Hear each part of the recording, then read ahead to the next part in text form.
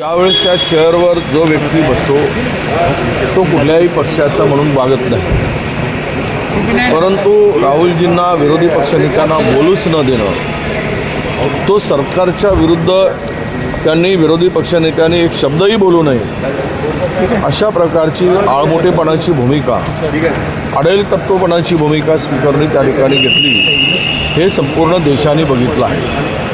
आणि त्यामुळे आज मला वाटतं की विरोधी पक्षांना जर संविधानाने घटनेने ते संविधानिक पद असताना त्या पदाला जर न्याय देण्यासाठी महाराष्ट्रात देशातील 125 कोटी लोकांना न्याय देण्याची भूमिका ही सत्ताधारी पक्षाबरोबर विरोधी पक्षाची असते.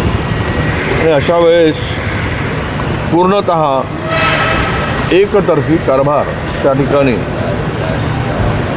चाललेला होता आणि त्यामुळंच त्यांच्या विरुद्ध हा प्रस्ताव विरोधी पक्षाला आणावं लागला.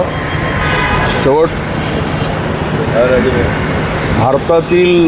देशातील 140 कोटी जनतेच्या अन्यायाविरुद्ध लढण्याचं काम विरोधी पक्षनेते म्हणून राहुल गांधी करत आहेत आणि ते त्यांची भूमिका ठामपणे म्हणत आहेत. सरकार त्यांना घाबरते आहे आणि त्या परिस्थितीत त्यांना त्यांचा आवाज दाबण्याचं काम सभागृहात वारंवार होताना आपण सर्वांनी बघितलं आहे. त्यामुळे काय होईल ते होईल, परंतु ओम बिर्लाजींची भूमिका ही मात्र पक्षपाती भूमिका आहे हे आता लपून राहिलं नाही. त्यासाठी त्या ठिकाणी अविश्वासाचा प्रस्ताव आणला. राष्ट्रपतीच्या प्रोटोकॉलला घेऊन भाजपकडनं आरोप केला नाही, भाजपाने किती वेळा त्याचं उल्लंघन केलं हे भारतीय जनता पक्षाला माहीत. त्याचा खुलासा ममता बॅनर्जींनी दिलेला आहे. त्या संदर्भात अधिक बोलण्याची गरज नाही असं मला वाटतं.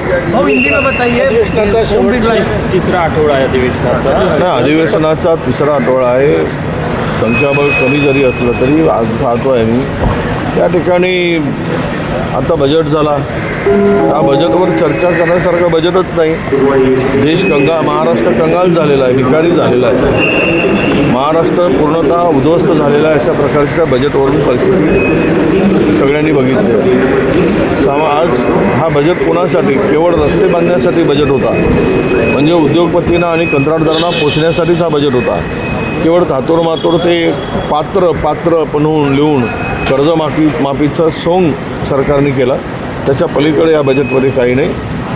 बाजारी झालेला महाराष्ट्र आहे. 67,000 कोटी रुपये व्याजाचा परतावा द्यावा लागतो. सरकारपाशी आहे काय? तुटीचा अर्थसंकल्प आहे. मागच्या वर्षीच्या तुलनेत भांडवली खर्च हा फक्त 12,000 कोटींनी वाढला. याचा अर्थ असा आहे की महाराष्ट्राची अधोगती ही झालेली आहे आणि होत आहे हे आता लपून राहिलेलं नाही. बिनविरोधी झालेली आहे. विरोधी पक्षनेत्याला मला आता त्यांना जर भीतीच वाटत असेल विरोधी पक्षनेता त्या ठिकाणी सभागृहात बसूच नाही. सत्ताधाऱ्यांचं जे काही पाप चाललेलं आहे, महाराष्ट्राची लूट चालली आहे, कमिशनखोरी चाललेली आहे, यामध्ये त्यांना विरोधी पक्षनेत्याच्या खुर्चीवर विरोधी पक्षनेता दिसता कामा नये ही जर भूमिका असेल आणि त्या पद्धतीनं त्यांनी ठरवलंच असेल तर मला वाटतं की ते करणार नाही. नाहीतर थोडी जरी लोकशाहीवर संविधानावर यांचा विश्वास असेल तर मात्र ते केल्याशिवाय राहणार नाही. परंतु मला वाटतं की हे सरकार संविधानावर विश्वास ठेवून चालणार नाही अशी त्या सरकारची भूमिका आहे. भारत तिसऱ्यांदा वर्ल्ड चॅम्पियन झालेला आहे. काय शुभेच्छा आहेत. आज भारत हा क्रिकेटमध्ये T20मध्ये वर्ल्ड चॅम्पियन झाला.